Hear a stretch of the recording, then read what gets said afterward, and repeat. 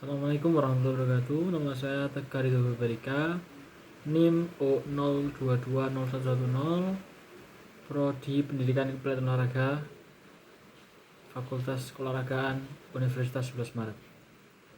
Kali ini saya akan menjelaskan tentang Olimpisme, yaitu pengenalan Olimpisme dan gerakan-gerakan Olimpiade. Yang pertama adalah sejarah Olimpiade kuno. Sejarah Olimpiade kuno pada mulanya adalah sebuah festival olahraga yang merupakan bagian dari ritual keagamaan bangsa Yunani dan koloninya untuk menyembah dan memuja dewa Zeus.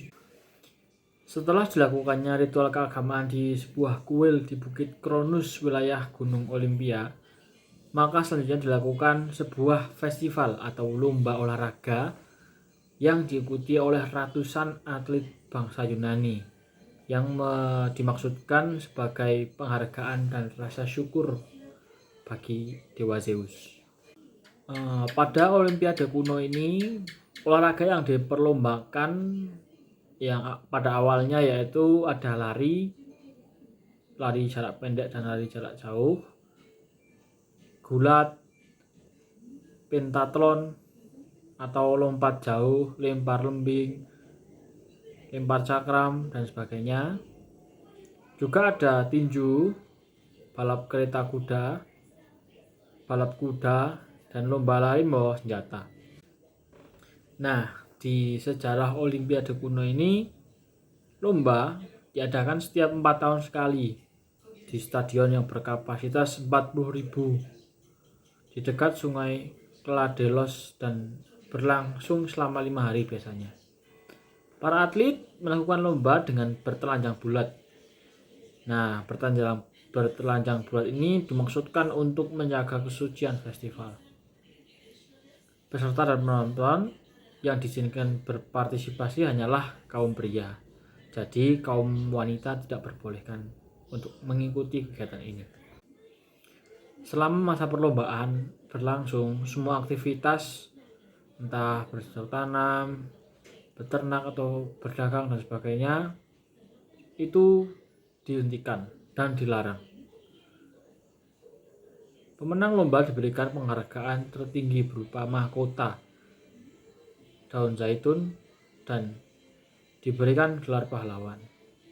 Dan para pemenang sangat dihormati oleh masyarakat Yunani, sehingga sebuah perlombaan akan berhenti bila sang pemenang sedang melintas medan pertempuran. Filosofi dan nilai-nilai dalam penyelenggaraan Olimpiade kuno. Yang pertama yaitu selalu menjaga kesucian diri selama bertanding. Yang kedua, menjaga kekuatan dan kebugaran fisik. Yang ketiga, semangat untuk berprestasi. Yang keempat, kejujuran dalam bertanding. Yang kelima, saling menghargai. Yang keenam, terciptanya perdamaian. Yang ketujuh, terjalinnya kompromi dan kesepakatan antara suku. Yang kedelapan, penghargaan tertinggi terhadap pahlawan, hadiah, dan monumen. Yang kesembilan yaitu peningkatan ekonomi. Yang kesepuluh adalah sukaria atau sukacita. Lalu poin selanjutnya yaitu gerakan Olimpiade modern. Berawal dari ketertarikan terhadap filosofi mulia Olimpiade kuno, Baron Pierre de Coubertin, yaitu bangsawan Prancis, menggagas dan coba membangkitkan kembali semangat lomba Olimpia melalui penyelenggaraan pertandingan festival olahraga tingkat internasional yang kemudian dikenal dengan Olimpiade atau Olympic Games. Selain penyelenggaraan festival olahraga internasional, dilakukan juga gerakan penyebarluasan filosofi, nilai-nilai paham Olimpiade yang kini dikenal dengan Gerakan Olimpiade atau Olympic Movement.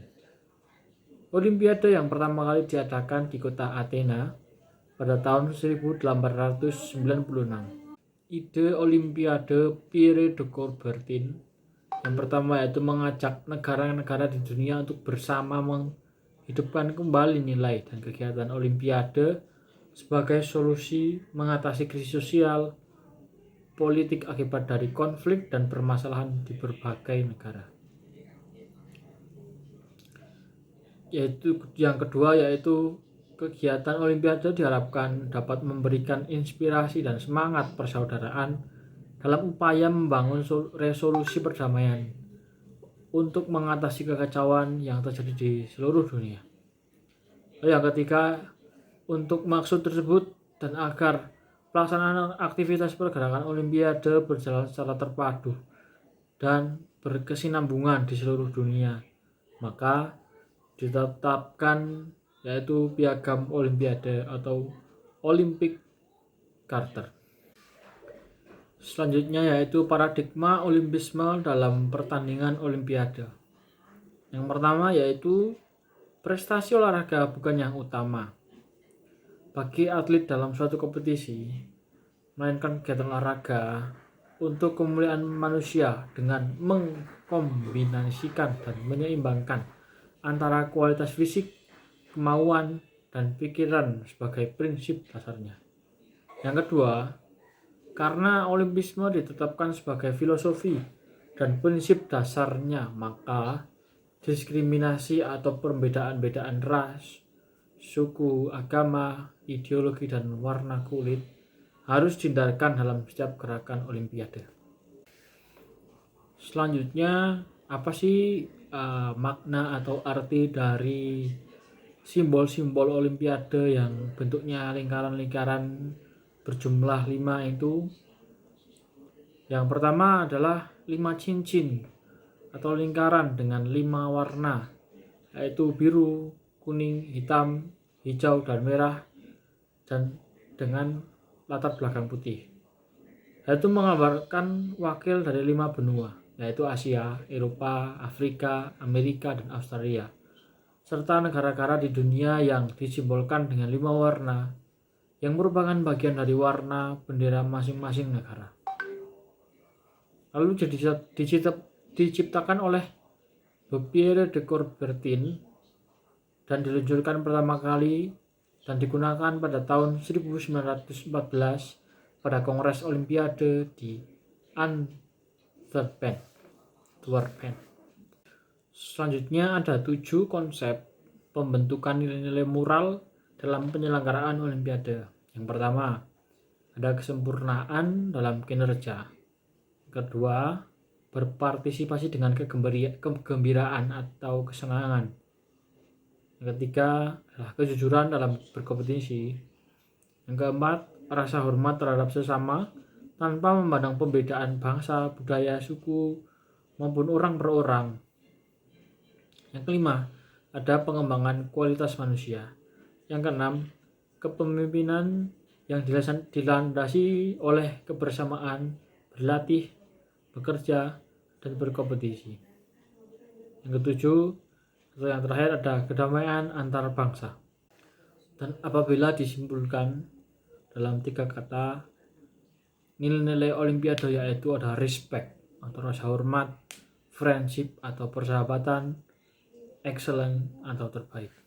Jadi kesimpulannya yaitu Olimpisme merupakan nilai universal dalam kehidupan karena yang pertama mengajarkan pembinaan pribadi manusia secara terpadu antara fisik, jiwa, dan pikiran atau akal.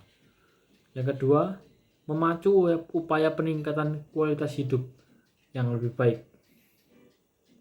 Yang ketiga, mendorong sikap dan karakter hidup mulia, kesempurnaan, respect, dan persahabatan. Lalu yang terakhir, dilakukan proses yang luhur, yakni melalui olahraga, kebudayaan, dan pendidikan.